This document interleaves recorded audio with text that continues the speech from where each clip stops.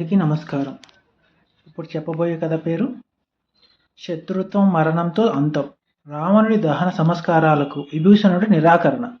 శ్రీరామచంద్రుడు ఏం చేశాడంటే, వాల్మీకి రామాయణం ప్రకారం రావణుడు మరణించిన తరువాత లంకలో విషాద ఛాయలు అలుముకున్నాయి.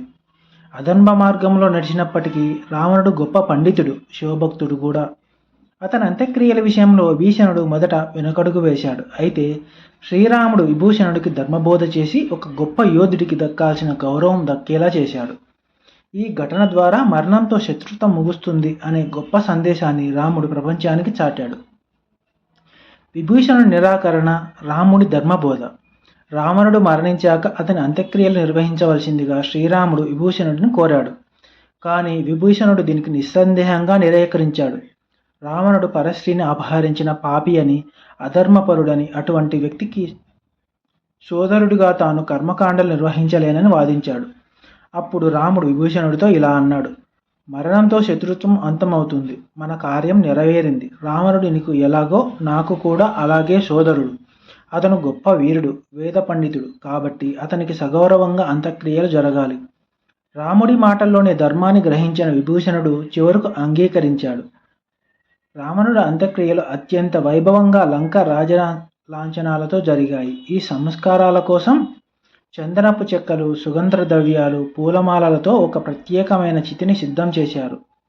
బ్రాహ్మణుల వేద మంత్రోచ్చారణల మధ్య శాస్త్రోక్తంగా విభీషణుడి దహన సంస్కారాలను పూర్తి చేశాడు.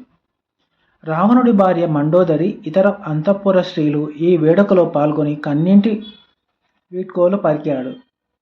రాముడు తన వానర సైన్యంతో కలిసి ఈ అంత్యక్రియలకు హాజరై రావణుడి పట్ల తనకున్న గౌరవాన్ని చాటుకున్నాడు. మరణ సమయంలో రామనామ స్మరణ. రావణుడు ప్రాణాలు విడిచే ముందు 3 సార్లు రామనామాన్ని ఉచ్చరించాడని చెబుతారు. తాను చేసిన పాపాలకు ప్రాయశ్చిత్తంగా మోక్షం పొందడానికి అతను భగవంతుని నామాన్ని స్మరించాడు. రామనామ జపం వల్ల ఆత్మకు విముక్తి కలుగుతుందని శాస్త్రాలు చెబుతున్నాయి. అందుకే మరణానంతరం రావణుడి ఆత్మకు మోక్షం లభించిందని పండితులు అంటారు. మరోవైపు రావణుడి శరీరాన్ని నాగవంశం వారు మమ్మీగా మార్చి భద్రపరిచారనే కథనాలు కూడా ప్రచారంలో ఉన్నాయి. కానీ ప్రామాణిక గ్రంథాల ప్రకారం దహన సంస్కారాలే జరిగాయి. రావణుడి అంత్యక్రియల ఘట్టం శ్రీరామునిలోని గొప్ప గుణాన్ని మనకు తెలియజేస్తుంది. వ్యక్తి చేసిన తప్పులను ద్వేషించాలే తప్ప వ్యక్తిని కాదు అనే సూత్రాన్ని రాముడు ఆచరించి చూపాడు. ఈ చారిత్రక ఘట్టం మానవత్వానికి, ధర్మానికి నిలువుటద్దంగా ఉంటుంది. ఈ కథ వల్ల మనకు తెలిసేది ఏమంటే, ఒక వ్యక్తి చేసే ఆ తప్పును మాత్రమే చూడాలి, కానీ ఆ వ్యక్తిని పూర్తిగా తప్పు పట్టకూడదు. అతను చెప్పే మంచి మాటలను గమనించాలి, చెడు మాటలను గమనించాలి. మనకు ఏది మంచిదనిపిస్తే దానిని మాత్రమే ఆచరించాలి. కథ సమాప్తం. కథ నచ్చితే వీడియో లైక్ చేయండి, ఛానల్ సబ్స్క్రైబ్ చేయండి. కథ ఎలా ఉందో కామెంట్ చేయండి.